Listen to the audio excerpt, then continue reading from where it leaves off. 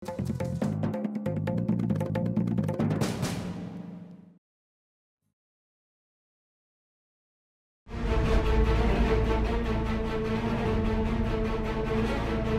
एक रक्षा मंत्री के रूप में मेरा दायित्व है कि मैं अपने सैनिकों के साथ मिलकर देश की सीमाओं की सुरक्षा सुनिश्चित करूं। मैं आपको आश्वस्त करना चाहता हूं, प्रधानमंत्री मोदी जी के नेतृत्व में जैसा आप चाहते हैं वैसा होकर रहे हैं।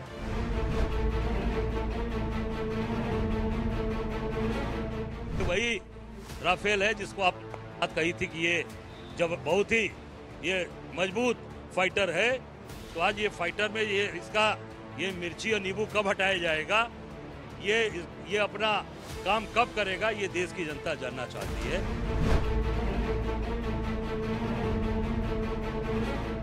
पानी को कोई बंद करता है, बंद कर दो पानी को बाबा। ये ऐसा देश है मोदी जी के अंडर में झुकने वाला नहीं है। कश्मीर हो, पूरे देश की जनता हो, इस बार मक्कम निर्णय कर लिया है, मुंहतोड़ जवाब देंगे उनको भी और आपकी इस प्रकार की नकारात्मक राजनीति को।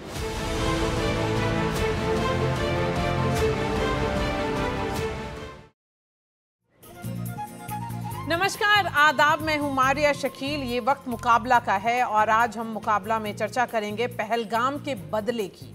सरकार बार बार कह रही है कि एक्शन होगा। प्रधानमंत्री नरेंद्र मोदी ने कहा, अमित शाह ने कहा, अब राजनाथ सिंह ने भी कह दिया है कि देश जो चाहता है वही होगा। लेकिन कांग्रेस और उसकी सहयोगी पार्टियों को शायद सरकार पर भरोसा नहीं है।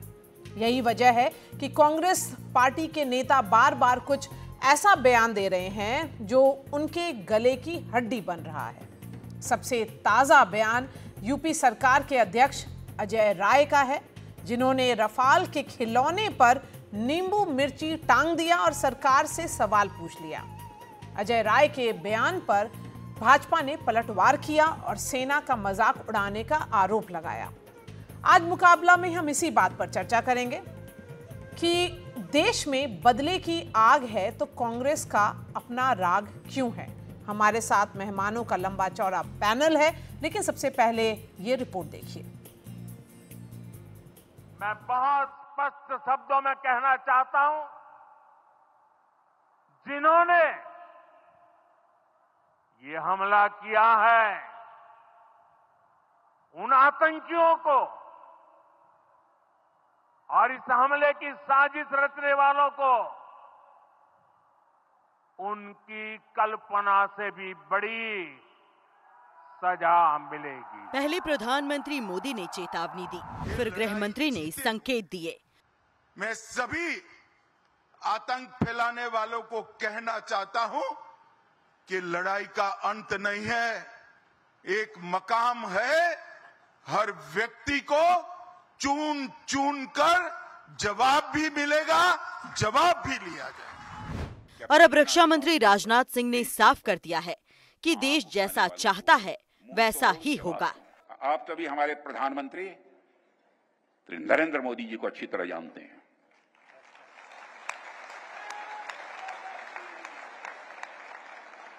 उनकी कार्यशैली से भी अच्छी तरह परिचित हैं, उनकी दृढ़ता से भी अच्छी तरह परिचित हैं।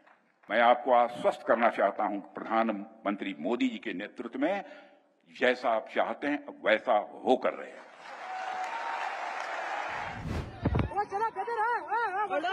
मतलब ये कि पहलगाम का बदला तय है, तैयारी भी हो रही है, बैठकों का दौर जारी है। आज रक्षा सचिव के साथ प्रधानमंत्री मोदी ने बैठक की है। पीएम मोदी ने वायुसेना के अधिकारियों के साथ भी बैठक की है। वहीं कल यानी रविवार को पीएम मोदी ने वायुसेना प्रमुख से मुलाकात की थी। अब सवाल ये है कि देश चाहता क्या है। इस सवाल पर भी सभी पार्टियां पहले ही साफ कर चुकी हैं कि सरकार के हर फैसले में उनका समर्थन होगा। लेकिन कांग्रेस की चाहत आउट ऑफ कंट्रोल हो रही है और शायद इस चक्कर में पार्टी लगातार सेल्फ गोल कर रही है। गायब वाली तस्वीर पर किरकिरी के बाद अब पार्टी के कद्दावर नेता रफाल का प्रोटोटाइप दिखाकर सरकार को घेर रहे हैं। तो वही राफेल है जिसको आपने बात कही थी कि ये जब बहुत ही ये मजबूत फाइटर है, तो आज ये फाइटर में ये मिर्ची और नींबू कब हटाया जाएगा, ये अपना काम कब करेगा, ये देश की जनता जानना चाहती है। इस नाते आज हमने ये राफेल का मॉडल आपके सामने प्रस्तुत किया है कि ये देश ये जानना चाहता है। रफाल विमान को के ऊपर खिलौना ऐसा दिखाते हुए, नींबू मिर्ची दिखाते हुए मजाक उड़ाने का प्रयास कर रहे हैं। मैं देश की जनता से कहना चाहता हूं कि कितने दुख की बात है कि मात्र एक दिन पहले इसी ईस्टर्न यूपी में गंगा एक्सप्रेस वे के ऊपर रफाल ने लैंडिंग की और उड़ान भरी। यानी यह सीधा संदेश था पाकिस्तान और हमारे देश के दुश्मनों को, और उसी क्षेत्र में उसी गंगा के किनारे बैठकर कांग्रेस पार्टी का प्रदेश अध्यक्ष उसी रफाल विमान का मजाक उड़ा रहा है। बात बढ़ी तो अजय राय ने सफाई दी। आतंकवादी गतिविधियां जिस तरीके से हुई हैं, तो आप बड़ी बड़ी बात करने वाली सरकार जो आज कहती है कि हम सब मिट्टी में मिला देंगे सब कुछ इन लोगों को, आतंकवादियों को, आज आप राफेल ले आए, नींबू मिर्च बांधकर खड़ी किए हुए हैं। आपको याद होगा, मैंने नहीं बांधा है, वो बांधा है, इस केंद्र की सरकार ने बांधा है, रक्षा मंत्री ने नींबू मिर्च बांधकर खड़ा किया हुआ है। ये किस जो लाए हैं उसका उपयोग कब होगा? भारत के तमाम क्षेत्रों में एक मान्यता है कि नींबू मिर्ची बुरी नजर से बचाती है, परंतु आज भारत की सेना को पाकिस्तान की बुरी नजर से बचने की जरूरत नहीं है, क्योंकि पाकिस्तान की सेना भारत की सेना को डरी नजर से देख रही है, और ये इंडी गठबंधन और कांग्रेस वाले बुरी नजर से देख रहे हैं। इस बीच सरकार से अब सीधे सवाल पूछे जा रहे हैं कि कार्रवाई कब होगी। कश्मीर की घटना को, आतंकवादी घटना को लगभग 2 हफ्ते हो चुके हैं और अभी तक सरकार की तरफ से कोई ठोस कदम या ठोस जवाब नहीं आया। कार्रवाई करेंगे, अरे भाई कब करोगे कार्रवाई? ये घटना अभी हुई है तो तत्काल उसके लिए उसकी कार्रवाई होनी चाहिए, ताकि लोगों को, देशवासियों को यकीन हो कि आप सक्षम है जवाब देने के लिए। क्या देश को मालूम नहीं है कि क्या कांग्रेस पार्टी चाहती है? जब उनका समय था, उनकी सत्ता थी, उनको मालूम था। कभी भी वो डरते थे, स्टेप लेने से डरते थे कि अगर हमने उठा लिया तो तुष्टीकरण की राजनीति के चलते कहीं बवाल हो जाए। ये ऐसी सरकार नहीं है। जवाब देगी, मक्कम जवाब देगी। थोड़ा धैर्य रखिए और अपनी पब्लिसिटी के लिए देश की आर्मी के ऊपर हमला करना बंद करिए, नहीं तो देश की जनता आपको माफ नहीं करेगी। जिस दिन ये दर्दनाक घटना हुआ, 26 लोगों को जाने गई, तो उसी क्षण से देशवासी पूरी तरह से इंतजार कर रहे हैं कि सरकार इस पे कब कदम उठाएगी। तो सरकार के कदम की प्रतीक्षा हो रही है। सरकार बयानबाजी कर रही है। यही मानसिकता है कि पाकिस्तान को देनी है क्लीन चिट और हर बार सेना के ऊपर आरोप लगाना है, सेना के मनोबल को तोड़ना है।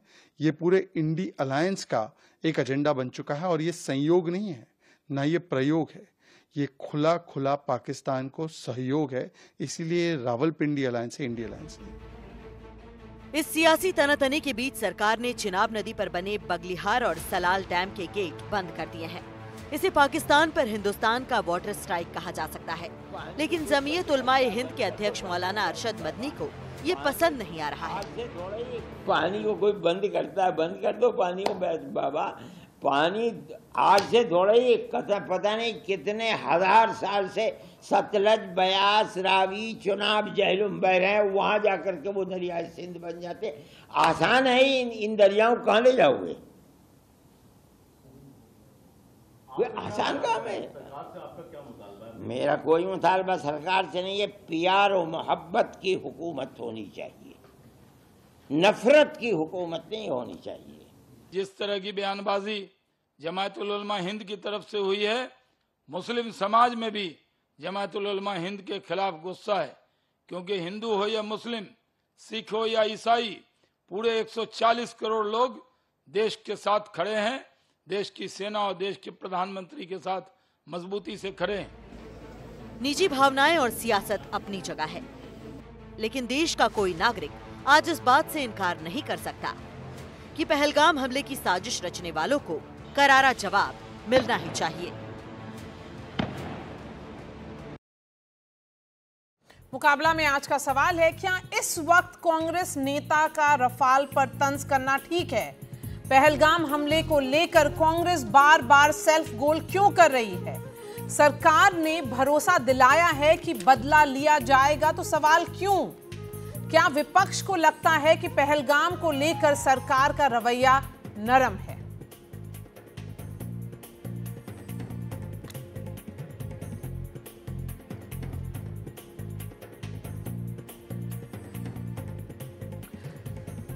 अभी की सबसे बड़ी खबर ये आ रही है कि प्रधानमंत्री ऑफिस में एक बहुत ही अहम बैठक शुरू हो गई है और उस बैठक में अब अजीत डोभाल जो नेशनल सिक्योरिटी एडवाइज़र हैं वो पहुंच गए हैं। ये बैठक इसलिए भी अहम है क्योंकि अभी कुछ देर पहले ही प्रधानमंत्री की मुलाकात हुई थी डिफेंस सेक्रेटरी से और गृह सचिव गोविंद मोहन भी इस बैठक में मौजूद हैं जो प्रधानमंत्री कार्यालय में शुरू हो गई है। प्रधानमंत्री पहले अभी अजीत डोभाल से मिल रहे हैं और उसी बैठक में गृह सचिव जो होम सेक्रेटरी हैं वो भी अब मौजूद हैं। पहले आज प्रधानमंत्री ने जो डिफेंस सेक्रेटरी हैं उनसे मुलाकात की। कल उनकी मुलाकात air chief marshal AP Singh साहब से हुई है। तो उनकी बैठकें लगातार चल रही हैं। 29 तारीख को अगर आपको याद होगा जो कैबिनेट कमेटी ऑन सिक्योरिटी से पहले प्रधानमंत्री ने पूरे सिक्योरिटी महकमे से मुलाकात की और डिटेल्स लिया था।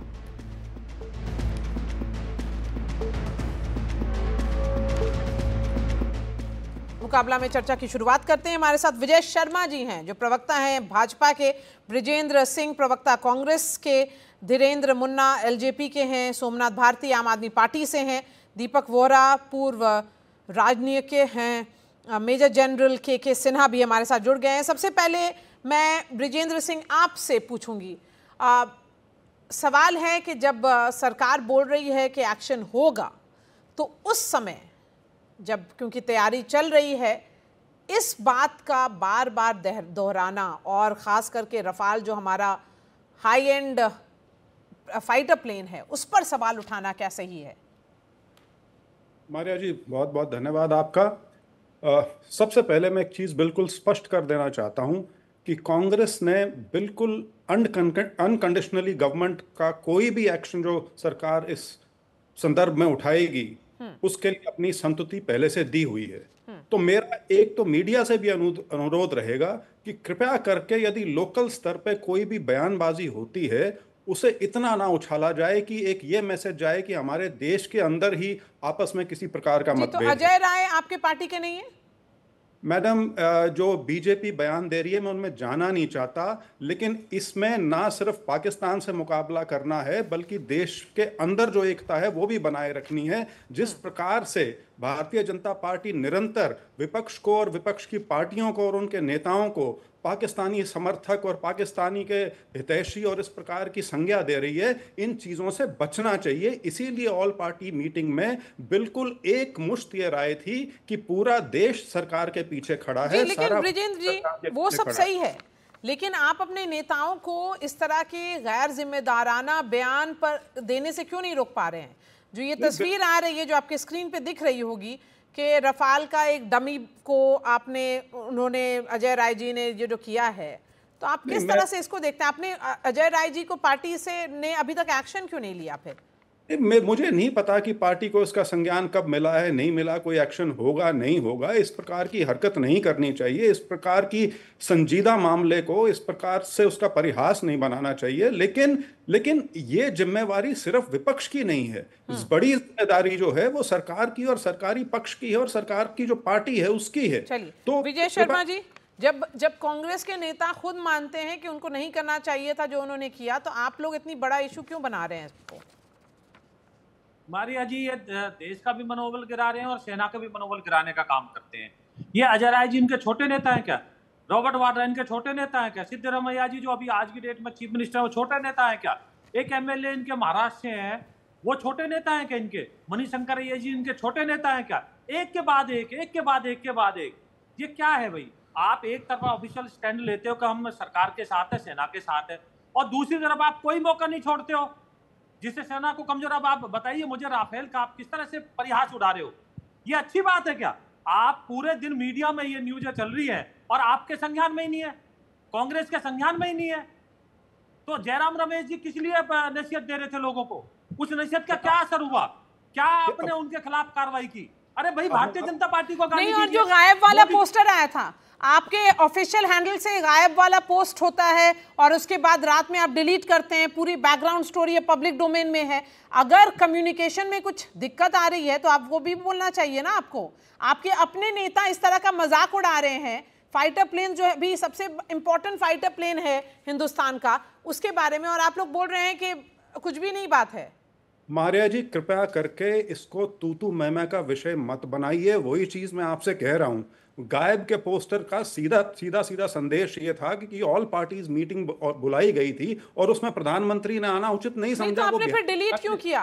अगर इतना ही उसका उद्देश्य जो आप समझा रहे हैं वो उद्देश्य था तो डिलीट क्यों किया गया? ये कि हमारे अंदर फिर भी संवेदनशीलता है। आपको पता है तो पहला ट्वीट पहलगाम हमले के बाद आया वो क्या था? पहली तस्वीर, पहला पोस्टर क्या था? छत्तीसगढ़ भाजपा ने जो पोस्टर बना के उसका डाला था। तो इन चीजों को छोड़िए कृपया करके, इससे आगे बढ़िए। जो मुद्दे की बात है वो कीजिए। देश के अंदर एकता का एक मैसेज गया है, कृपया उसको बने रहना दीजिए। इसमें आपकी मीडिया की ज्यादा बड़ी रिस्पॉन्सिबिलिटी। आप सारी जिम्मेदारी हम लोग पे छोड़ दीजिए। आप लोग अपने नेताओं को मत समझाइए और उनको आप मत बताइए कि क्या उनकी जिम्मेदारी बनती है। सारी जिम्मेदारी मीडिया की हो गई है अब। जी दीपक वोरा जी, फॉर्मर डिप्लोमेट दीपक वोरा जी, जिम्मेदारी तो आपने ली हुई है। जी दीपक वोरा जी, प्रश्न पूछ रही हैं आप? जी, आपको क्या लगता है कि जो सवाल उठ रहे हैं विपक्ष की तरफ से वो एक संजीदगी से भी उठाए जा सकते थे? इस तरह का मजाक बनाना क्या सही है? बहुत धन्यवाद मैम। जब आपके चैनल पर होता हूँ बहुत कुछ सीखने को मिलता है और खासतौर से हमारे जनरल साहब यहाँ हैं, हु इज अ लेजेंड। मैं बताता हूँ मैम, मैं भारत का राजदूत हूँ, 3 देशों में विशेष सलाहकार हूँ। जब हम उनकी सरकार से बात करते हैं और उनको कहते हैं देखिए ये बर्बरता हुई है, मानवता का बलात्कार हुआ है पहलगाम में, और जो लोग इसके गुनहगार हैं हम उनको सजा देंगे, हमारे पास वो साधन है सजा देने की, चाहे वो दुनिया के किसी कोने में छिप जाए। हमने दूसरा देश है उसका नाम तक नहीं लिया। हमने ये नहीं कहा कि वो आतंकी उस देश से आए थे, हमने कहा जो भी हो उनको सजा देंगे और हमारे पास वो साधन है। फिर वही लोग, मैम 3 देशों में मैं विशेष सलाहकार हूँ। एक के मंत्री ने मुझसे कहा था कि अम्बेसडर साहब हम मानते हैं पूरी तरह से कि आप सजा देंगे, लेकिन आपके अपने नेता लोग ही कभी कोई कुछ कहता है कभी कोई कुछ कहता है। मेरा इनसे अनुरोध है मैम, हमारा काम कठिन मत करिए। मैं राजदूत हूं भारत का, हम भारत का पक्ष रखते हैं। अगर हम खुद ही अपने घर में बंट जाएंगे तो मैम फिर हमारा काम बहुत मुश्किल हो जाता है। ये अभी जो चीज हो रही है मैं उसका वर्णन कर रहा हूँ। आई स्पोक दिस मॉर्निंग और किसी ने मुझसे पूछा mister ambassador your own politicians आपस में लड़ रहे हैं, how are you going to trace and chase the terrorist? तो मैम इसका थोड़ा सा मेरा अनुरोध है, विनती है इन सबसे कि फौज के लिए और विदेश सेवा के लिए जो हमारी फॉरेन पॉलिसी और डिफेंस पॉलिसी है उसमें अगर आपके पास जानकारी नहीं है सर तो कृपया फिर आप ना करें। बिल्कुल राफाल, उसको राफाल नहीं है सर, इसका राफाल, राफाल का मतलब होता है हवा का झोंका। It's considered one of the best planes, fighter planes in the world sir. तो थोड़ा सा आप रखिए, सरकार क्यों नहीं कुछ कर रही सर? एकदम से गुस्सा जो है ना सर, जब कोई ऐसी घटना होती है मैम, तो हम लोग प्रतिशोध की बात नहीं कर रहे, रिवेंज, हम बात कर रहे हैं पनिशमेंट की। और ठंडे दिमाग के साथ सोच समझ के चाणक्य नीति पढ़िए, वो बताएगा कि क्या क्या आपको करना चाहिए। जब आपको लगे कि अब समय आ गया है उस समय हम वो करेंगे जो हमको करना चाहिए। मेरी 74 साल की उम्र है, 52 साल हो गया कूटनीति में। I have seen this from top to bottom ma'am, at the right time, in the right place. May I conclude by quoting my favorite actor Rajkumar? बदला तो हम लेंगे, सजा तो हम देंगे जानी, बंदूक भी हमारी होगी, गोली भी हमारी होगी। बिल्कुल सही। मेजर जनरल के सना इस पे 10 मिनट का 10 सेकंड का मेरा, हाँ बोलिए विजय शर्मा जी। देखिए मेरी बात रह गई थी, अब ब्रिजेंद्र सिंह जी आपकी कांग्रेस सरकार थी 1965 में भी 1971 में भी। आपको मैं याद दिला देता हूँ, हमारे जनरल थे जयंतो नाथ चौधरी जी और उधर से जनरल अयूब थे। तो उन्होंने कच्छ में घुसपैठ की थी और उन्होंने फिर पूछा कि युद्ध शुरू हो गया, आप कब युद्ध शुरू करेंगे? तो दीपक वोरा जी ने जो बात बोली है वही हमारे जनरल साहब ने बोली थी कि हमारा समय होगा और हमारी जीत भी होगी। यही सारे वर्ड्स दोहराए थे। 1971 में जनरल मानेक शाह ने इस्तीफा दे दिया था इसी बात पे, क्योंकि इंदिरा गांधी चाहती थी कि 19 मार्च में युद्ध शुरू हो, लेकिन उन्होंने कहा कि अभी हम तैयार नहीं है। और वो युद्ध हुआ दिसंबर में जाके, जो बांग्लादेश बना है। तो भाई साहब आप कुछ छोड़िए सेना के ऊपर भी, जब सेना को खुली छूट दे दी गई है तो ये कभी जोश में नहीं होते, जोश में होश नहीं खोए जाते। हमने बदला लेना है, हमने किस तरह से कार्रवाई करनी है ये सेना और सरकार पे छोड़ दीजिए, ये टीवी पे बैठ के नहीं पूछा जाता। जी बिल्कुल सही। ये सेना का फैसला होगा, ये सारे ऑपरेशनल डिटेल्स हैं और टीवी स्टूडियो में डिस्कशन होना भी नहीं चाहिए। जी बोलिए, जल्दी से बताइए। सिर्फ एक लाइन, हाँ, सिर्फ एक। हाँ। मैं वोरा जी की बात से बिल्कुल सहमत हूं। उसका अंग्रेजी में कहावत है, revenge is a dish best served cold. मैं उनसे पूरी तरह से सहमत हूं। और जनरल मानेक शॉ ने कोई इस्तीफा नहीं दिया था। 71 की लड़ाई के समय वो भारतीय सेना के सेनापति थे और उसके बाद तक रहे और फील्ड मार्शल के तौर पे वो रिटायर हुए। तो अपने तथ्य थोड़े ठीक रखने चाहिए। जी उन्होंने ऑफर किया था, इंदिरा गांधी मान गई थी दिसंबर तक के लिए। आप जाके चेक करना, उनकी किताब पढ़ना। चलिए फैक्ट्स के लिए हम मेजर जनरल के सिन्हा के पास जाते हैं। गांधी जी अड़ी हुई थी कि मार्च में युद्ध शुरू हो, उन्होंने कहा हमारी सेना तैयार नहीं है। मेजर जनरल के सिन्हा दिसंबर में हुआ था।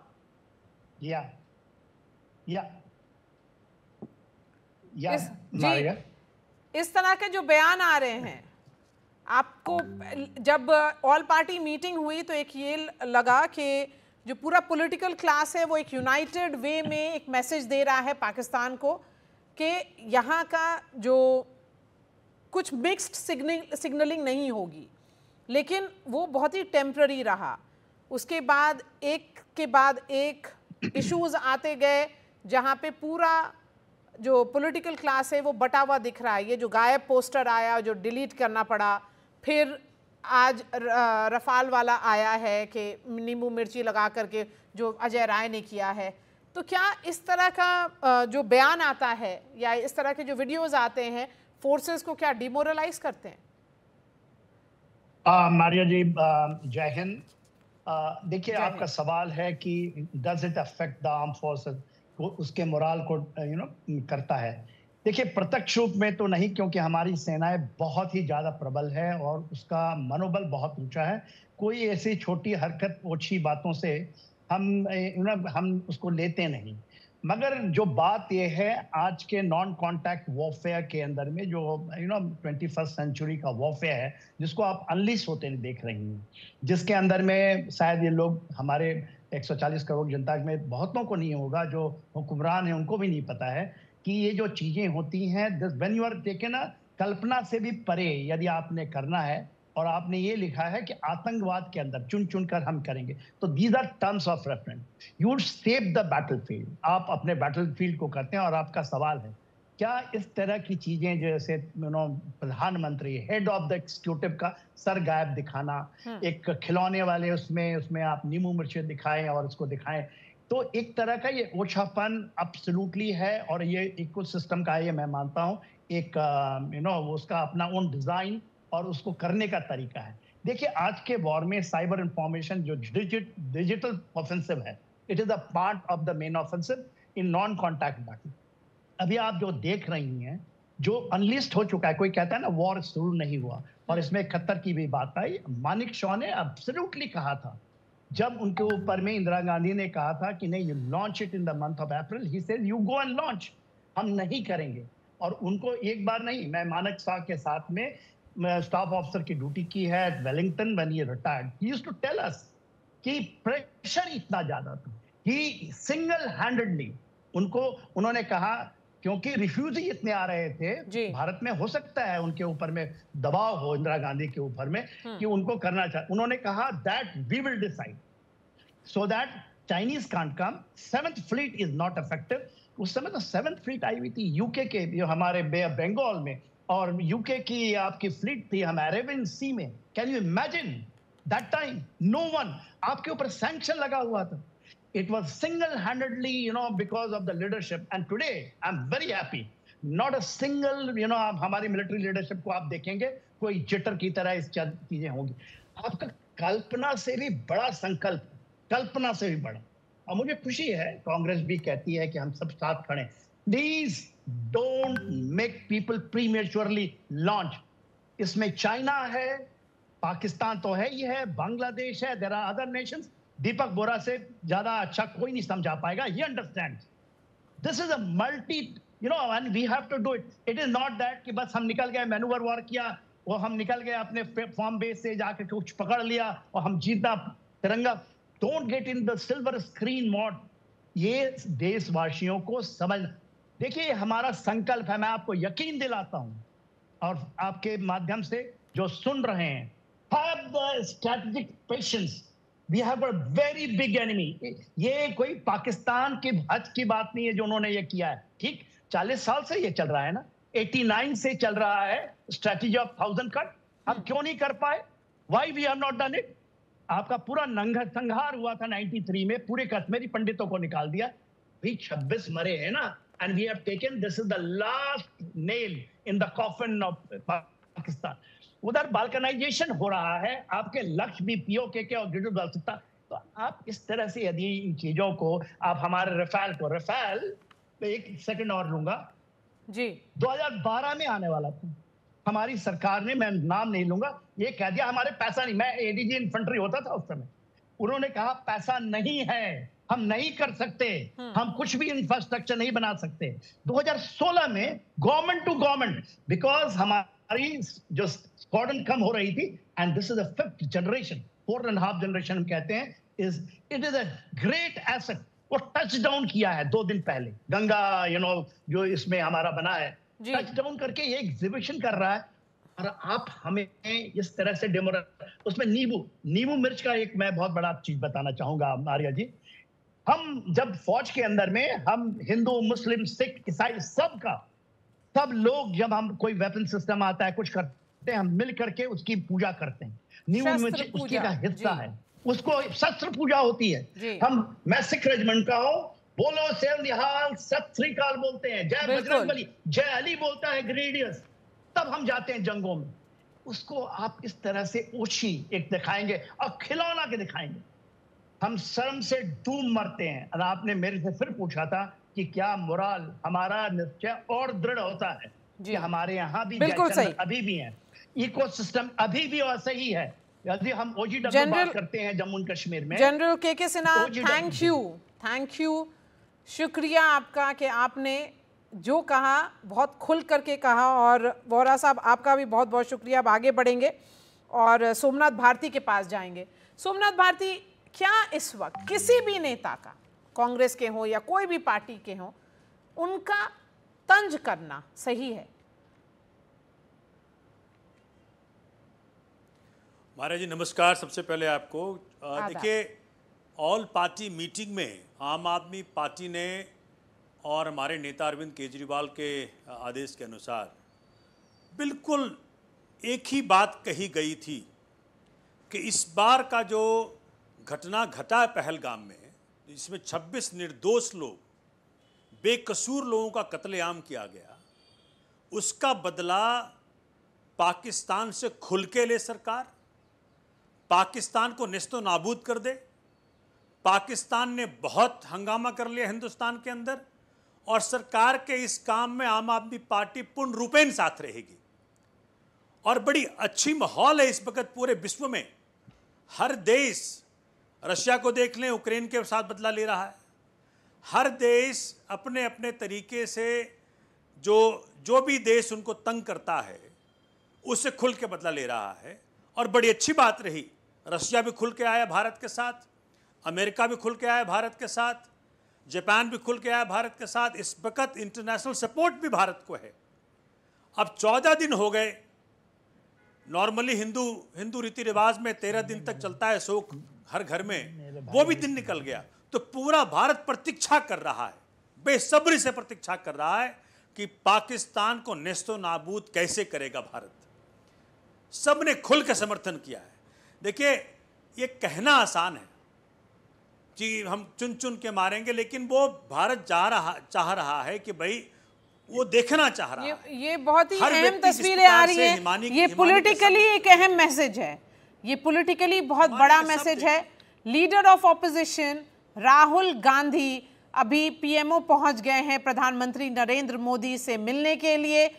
ये जो मीटिंग हो रही है बहुत पॉलिटिकली सिग्निफिकेंट है, क्योंकि राहुल गांधी का प्रधानमंत्री से मिलना, वो भी पीएमओ जाकर के, क्या मैसेज है, क्या होने वाला है कुछ घंटे में, या कुछ हो चुका है जिसकी जानकारी हमें कुछ देर में मिलेगी, ये सब क्योंकि अभी ये डेवलपिंग स्टोरी है, ये बहुत अहम विजुअल्स आ रहा है। प्रधानमंत्री मोदी से मिलने राहुल गांधी अब पहुंच गए हैं और ये बैठक पीएमओ में होगी, इसलिए ये बहुत ही अहम बैठक है।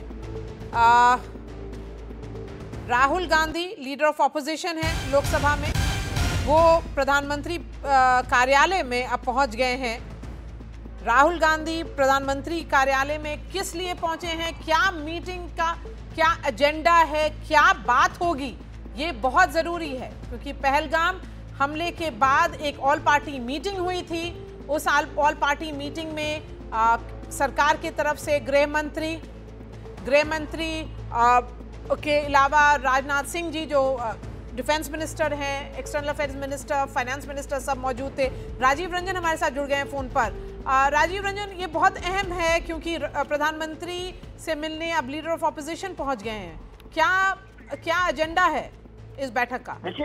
देखिए मीटिंग के एजेंडा के बारे में अभी जानकारी नहीं मिल पा रही है, लेकिन जो देश के सामने जो सबसे बड़ा मुद्दा है, जो माहौल है, खासतौर से पहलगाम में आतंकी हमला हुआ था, उसके बाद सरकार ने साफ किया था कि पहलगाम के जो आतंकी हैं और उसको जो साजिश करता है, दोनों को कड़ी सजा दी जाएगी। उस अगर कॉन्टेक्स्ट में अगर देखें तो सरकार ने पहले ऑल पार्टी मीटिंग बुलाई, उसके बाद लगातार अगर सीरीज की बैठकों की बात करें, तीनों चीफ रक्षा मंत्री से मिलने के लिए गए थे, सीडीएस एनएसए रक्षा मंत्री भी थे, और जिस तरह से सरकार की ओर से मैसेज आया कि पाकिस्तान को जो है जो सीधे उसके तार जुड़ रहे हैं, जो पहलगाम आतंकी हमला से तार जुड़ रहे हैं, उसको कड़ी से कड़ी सजा दी जाएगी। और आज की भी बात करें तो पिछले 2-3 दिन से 1-to-1 जो मीटिंग हो रही है, चाहे एयर चीफ मिलने के लिए पीएम से जा रहे हैं, नेवी चीफ जा रहे हैं, और आज ही की बात करें तो आज डेफसेक मिले, डिफेंस सेक्रेटरी पहले मिले, फिर होम सेक्रेटरी मिलने के लिए गए, एनएसए मिले, और अब राहुल गांधी का मिलना, तो कई उस कॉन्टेक्स्ट में देखे तो ये मुलाकात बहुत बड़ी मुलाकात है। हो सकता है कि मुलाकात पहलगाम आतंकी हमले के बाद जो भारत की जो रणनीति है, खासतौर से जो पाकिस्तान को सबक सिखाने की मैसेज देने के, हो सकता है उसका भी संकेत हो। लेकिन कुछ यह भी बता रहे हैं कि शायद यह जो मुलाकात है उसको लेकर ना हो कि सीबीआई डायरेक्टर को लेकर जो लीडर ऑपोजिशन राहुल गांधी मिलने के लिए प्रधानमंत्री से पहुंचे, लेकिन कुल मिला जुला के कहें तो ये जो बैठक जो हो रही है साउथ ब्लॉक में, मीटिंग बहुत अहम है, चाहे सीबीआई डायरेक्टर को लेकर हो या चाहे जो मौजूदा जो हालात है देश के लेकर मीटिंग हो, बहुत अहम मीटिंग है। और जिस तरह से पूरे विपक्ष की बात करें पहलगाम आतंकी हमले को लेकर, जो विपक्ष का ये कहना है कि सरकार का जो भी कदम होगा, जो भी स्टेप होगा, हम राजीव मनोरंजन भारती हमारे साथ अब न्यूज रूम से जुड़ गए हैं, क्योंकि ये जो मीटिंग हो रही है वो सीबीआई के जो नए चीफ हैं उनके चयन के से जुड़ी हुई है, और इस कमेटी में prime minister, chief justice of India और लीडर ऑफ ऑपोजिशन रहते हैं, और जो वर्तमान चीफ जस्टिस जो सीबीआई चीफ हैं उनका टेन्योर 25 मई को ख़त्म हो रहा है, तो इसलिए ये जो बैठक हो रही है वो सीबीआई चीफ के सिलेक्शन के लिए। मनोरंजन भारती जी, क्या आपके क्या है आपके पास डिटेल्स? जी ये भी कहा जा रहा है कि जो नए सीबीआई चीफ हैं उनके जो चुनने की प्रक्रिया होती है उनमें ये सारे कंसल्टेशन किए जाते हैं, और ये मीटिंग शायद उसके लिए भी हो सकती है। लेकिन जो सीक्वेंस ऑफ इवेंट ऐसा हुआ है, जो अभी जो बैकग्राउंड है उसको देखते हुए ये भी कहा जा रहा है कि हो सकता है पहलगाम को लेकर के लिए भी बातचीत हो। लीडर ऑफ अपोजिशन को बुलाया गया है, जब ऑल पार्टी मीटिंग हुई थी उसमें प्रधानमंत्री नहीं थे, तो इन सब चीज़ों को लेकर के ये मीटिंग जो है वो काफ़ी जो है इसको लेकर के काफ़ी जो उत्सुकता बनी हुई थी कि प्रधानमंत्री जो है वो पीएमओ आए हैं, और उसके बाद जब ये खबर आनी शुरू हुई कि राहुल गांधी जा सकते हैं, तब से जो है इस चीज़ का इंतजार हो रहा था। लेकिन राइडर ये भी था कि सीबीआई चीफ के लिए चुनने की जो प्रक्रिया है उसमें लीडर ऑफ अपोजिशन को भी कंसल्ट किया जाता है, तो ये मीटिंग शायद उसके लिए हो।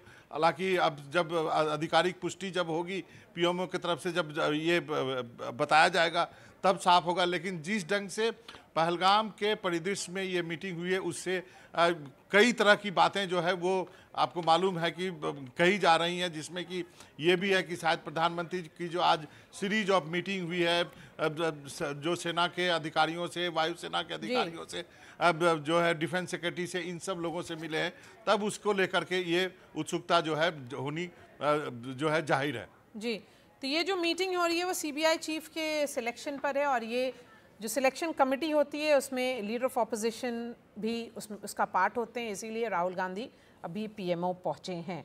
मैं अब धीरेन्द्र मुन्ना के पास जाऊंगी जो एलजेपी के प्रवक्ता हैं। धीरेन्द्र मुन्ना, आपने बहुत ही पेशेंटली सबकी बात सुनी, अब अपना ओपिनियन दे दीजिए।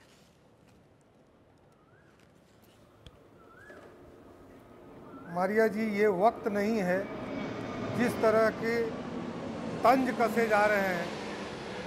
जब वक्त जंग की हो रही है तो विपक्ष के लोग तंज कस रहे हैं, और ये तंज तब कसे जा रहे हैं जब सेना को पूरी जवाबदेही दे दी गई है। तो इससे कहीं ना कहीं विपक्ष को बचना चाहिए। और सरकार युद्ध का मतलब सिर्फ जब गोला की गर्जना और जंगी जहाज़ों की गर्जना सुनाई दे तभी उसकी औपचारिक शुरुआत नहीं मानी जाती है। बल्कि मैं ये देशवासियों को बताना चाहता हूँ आपके चैनल के माध्यम से कि कई फ्रंट पे जंगें लड़ी जाती है और कई फ्रंट खुले हुए हैं।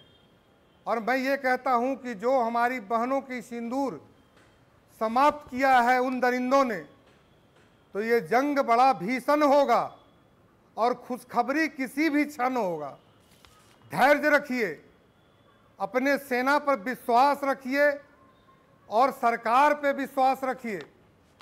विश्व के सामने उन दरिंदों को जमींदोज किया जाएगा और यह कांग्रेस पार्टी जब इसकी सबूत मांगती है, मैं यह भी विश्वास दिलाता हूं विपक्ष को कि उन दुश्मनों के ताबूत भी इस बार देशवासियों के सबूत के रूप में सरकार पेश करेगी।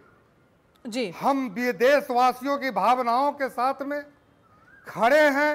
140 करोड़ लोगों के हौसले के साथ में देश की सेना चारों तरफ से तैयार है और किसी भी वक्त आपके सामने उन दुश्मनों के ताबूत को प्रस्तुत करेगी। जी, लेकिन जिस तरह से नींबू और मिर्ची लगा करके देश के बीच में सेना को उपहास करने का काम, विश्व में उपहास बनाने का काम विपक्ष कर रहा है, देशवासी ऐसे चीज़ों से बर्दाश्त ऐसे चीज़ों का नहीं करेंगे।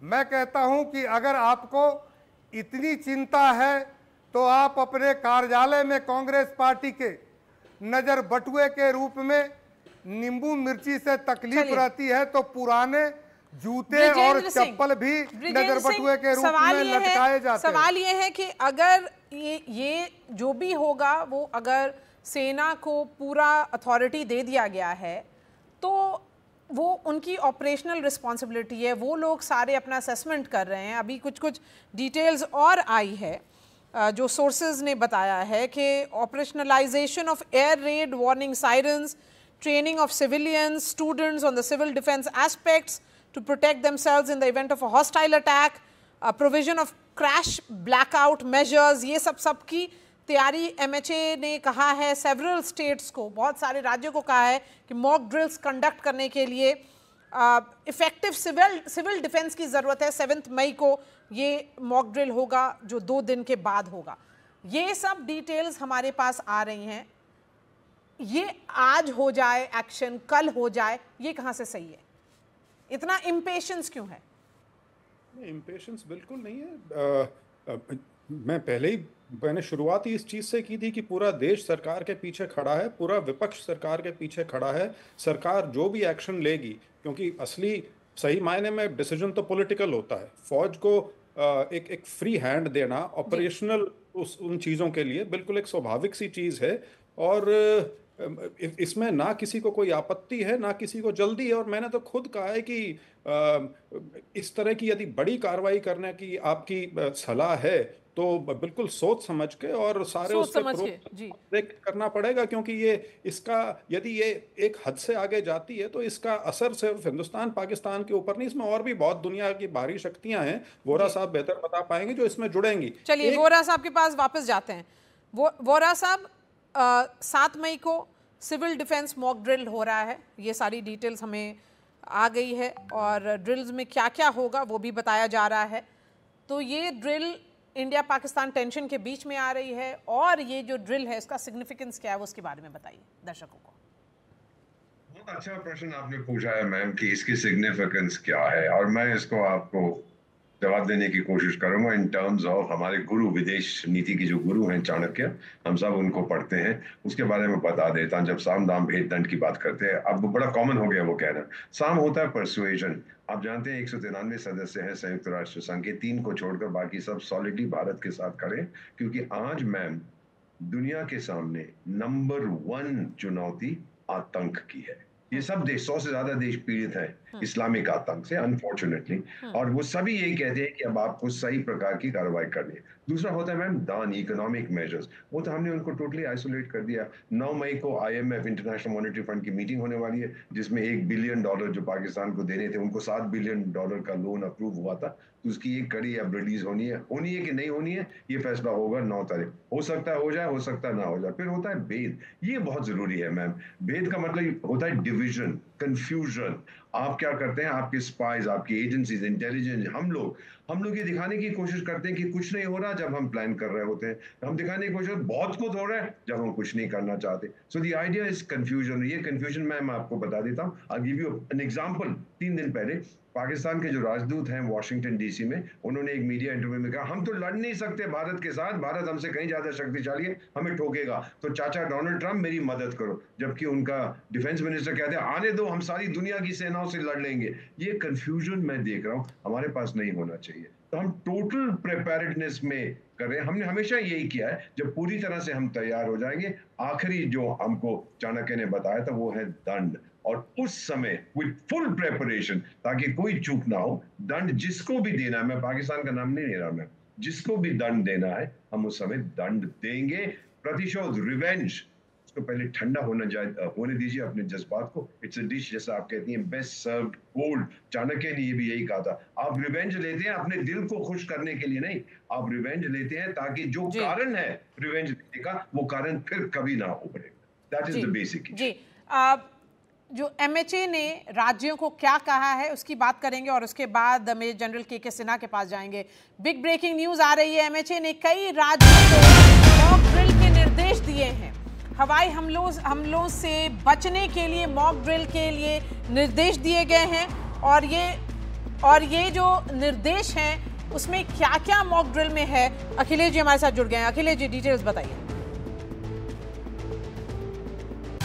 देखिए, ये बड़ी खबर है कि गृह मंत्रालय की ओर से निर्देश दिया गया है, सभी राज्यों से कहा गया है कि 7 तारीख को यानी 2 दिनों के बाद पूरे देश में मॉक ड्रिल कराई जाएं। और ये मॉक ड्रिल में 2-3 बातें हैं जो महत्वपूर्ण, जो सारे लोगों को करवाने के लिए कहा गया है। पहली बात तो ये है कि इसमें हवाई हमले की चेतावनी के लिए जो सायरन्स होते हैं वो बजाए जाएंगे, ताकि नागरिक अलर्ट रहें कि अगर इस तरह का सायरन बजता है तो उन्हें क्या करना है उस परिस्थिति में। इसके साथ ही सिविलियंस की और स्टूडेंट्स की ट्रेनिंग दी जाएगी, ताकि जो सिविल डिफेंस के अलग अलग एस्पेक्ट्स होते हैं उनको लेकर के वो अमल में ला सके। यानी अगर मान लीजिए कुछ इस तरह की घटना होती है तो अपने आप को कैसे बचाना है, अपने साथ के लोगों को किस तरह से बचाना है, इसके निर्देश भी उनको दिए जाएंगे। इसके साथ ही ब्लैकआउट जो होता है उसके लिए भी मेजर्स होते हैं कि आपको याद होगा कि युद्ध जब होते हैं तब बत्तियां गुल कर दी जाती है, ताकि जो दुश्मन के जहाज़ होते हैं उनको इस बात की पहचान ना हो सके कि नीचे घनी आबादी है, तो ब्लैकआउट होता है, तो उसके लिए भी जो मेजर्स होते हैं उसकी भी तैयारी की जाएगी। और इसी के साथ जो महत्वपूर्ण इंस्टॉलेशन है, प्लांट्स हैं जिसमें कि पावर प्लांट हैं, बड़े बड़े जो इंस्टॉलेशंस हैं उनको किस तरह से कैमोफ्लेज किया जाए ताकि दुश्मन की नज़र में वो ना आ सकें, इसकी भी तैयारी की जाएगी। और इसके साथ साथ अगर मान लीजिए कोई घटना होती है तो कैसे लोगों का बचाव करना है, इवोकेशन कैसे करना है, इसका भी प्लान होगा और इसके लिए भी रिहर्सल की जाएगी। तो ये महत्वपूर्ण 5 बिंदु हैं जिन पर गृह मंत्रालय की ओर से सभी राज्यों को निर्देश दिया गया है। और ये परसों जो है एक्सरसाइज पूरे देश में मॉक ड्रिल करने के लिए कहा गया। तो ये काफ़ी महत्वपूर्ण निर्देश हैं जो कि ताज़ा घटनाक्रम के मद्देनजर कहे जा रहे हैं। जी अखिलेश जी, हमारे साथ जुड़ने के लिए शुक्रिया। मेजर जनरल KK सिन्हा, ये मॉक ड्रिल्स किस तरह से आप देख रहे हैं, क्या संकेत है इसका? देखिए मारिया, दिस इज अ संकेत ऑफ हम उसको ऑल आउट वॉर, जब हम जानते हैं कि बड़ी लेवल पे हाई इंटेंसिटी वॉरफेयर और लंबा चलेगा तब ये इस तरह की होती हैं। केवल ये 1971 में हुआ था। 99 में आप भी देखी होंगी कारगिल वॉर को, ऐसा कोई ड्रिल वहाँ पर क्योंकि मैं कारगिल लड़ाई लड़ रहा था कहीं पर भी नहीं हुआ, क्योंकि हम उसको लिमिटेड एक सेक्टर में ही सीमित रखना चाहते हैं। देखिए ये जो 5 ड्रिल्स हैं ये प्रिकॉशनरी हैं और मेरी तरफ से यदि लोग सुन रहे हैं दूसरे देशों में, यूरोपियन नेशंस में, बोथ आर न्यूक्लियर, तो वो उसकी भी तैयारी होती है न्यूक्लियर, बिकॉज न्यूक्लियर बैकड्रॉप पे हो रहा है। न्यूक्लियर बैक नहीं जाएगा क्योंकि साइबर रैटलिंग वो कर रहा है।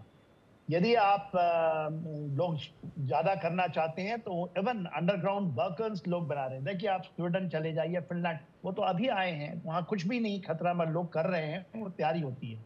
आज के संदर्भ में 21st सेंचुरी में व्हेन वी आर सेइंग, और एक मारिया जी जो चीज मैं इससे हट के बताना चाहता हूँ, देखिए जो वाटर वॉरफेयर देख रही है, it is a military doctrine का हिस्सा है। ये कोई कहता है कि कोई नई चीज निकल गई है, हम इसको डिफेंसिवली यूज करते रहे। हमारी जितने डिचकम बंद क्या होता है, हमारा बंद होता है जिसके अंदर डिच बनी होती है, उसके पानी भरे जाते हैं। जितने कनाल सिस्टम है, नीचे के कनाल जो भाखड़ा नंगल से निकलते हैं पूरे राजस्थान तक है, वो हमारी डिफेंसिव, हम उसको बहुत अच्छी ऑफेंसिवली एंड डिफेंसिवली यूज करते रहे। जो अभी हो रहा है, चिनाब सूख गया है, कल से आप झेलम में भी देखिएगा कि किशनगंगा के ऊपर में हो रहा है, और उसने कहा था कि आप हाथ लगा के देखो, हम आपके ऊपर में अटैक करेंगे।